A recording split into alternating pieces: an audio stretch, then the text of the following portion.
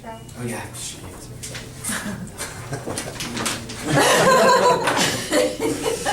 I'm the general evaluator. I know. Not you. Sorry, Kathy, hold on. Jeremy, I'm the general evaluator.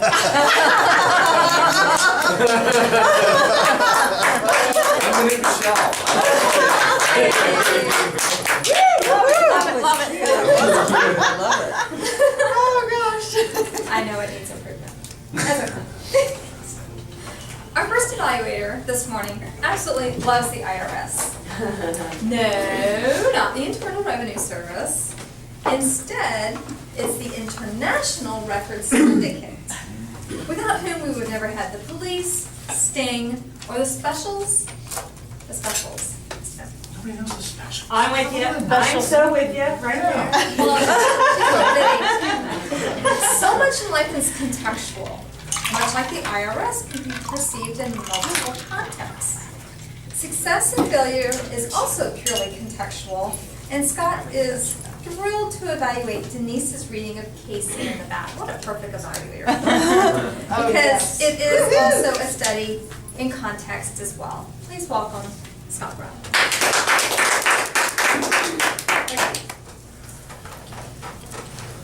Denise, Casey at the Bat. For me, it is one of the all-time great stories ever told in America, ranking only behind who's on first?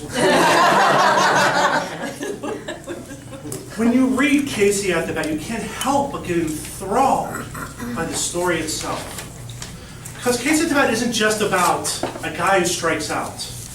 It's about our fascination in America of, what have you done for me lately? About pride and humility. And you brought those points out today.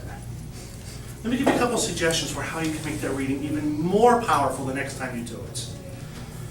When you read Casey at the Bat, you stood with your notes in front of you. If you were to print this in twice the font, with twice the space, you could just leave it here. Have your hands free. You had wonderful body movements. How much more powerful could it be if you had both hands to be able to move? And nothing blocking your face. Secondly, reading poetry is about rhythm. It's about power. Strike! Whoa. There you go. Trying to sleep. Love it. It's also about drawing people in. The outlook wasn't good for Leadville that day. If you lower the tone at times, you draw those people in. You can add drama. Because Casey's all about drama. It's about what's he gonna do? What's he gonna do? Bases are loaded. Down by 3, 2 outs. What are we gonna do? And if you listen to the story very closely, you did something today I thought was very impressive.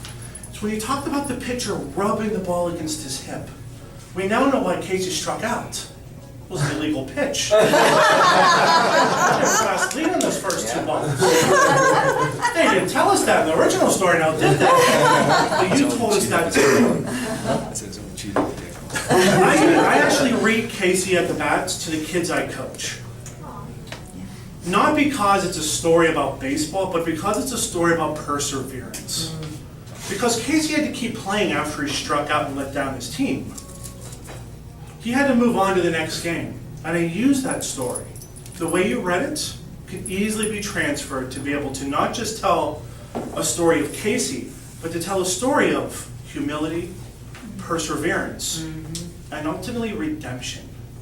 And that's what makes great poetry. Wonderful job. Thank you so much.